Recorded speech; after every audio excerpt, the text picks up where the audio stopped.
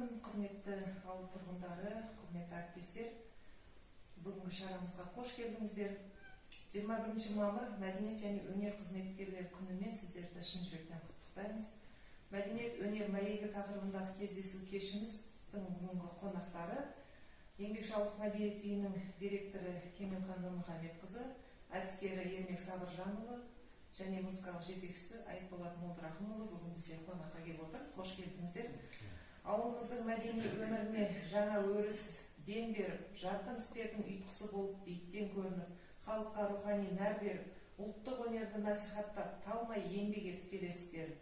Ел сіздерді егемен еліміздің болашағын ойлайтын, тәуелсіздігін қорғайтын, білімді ұрпақтың тәлімгер ретінде ауыл сіздерді сыйлайды. Мәдениеттің жаршысы ретінде сіздерді жоғары бағалайды. Ел мәдениетін дамыту жолында еңбектеріңіздің жемісін көре беріңіздер дегім келеді. Енді сіздерге арнап бір-екі сұрағымыз бар еді.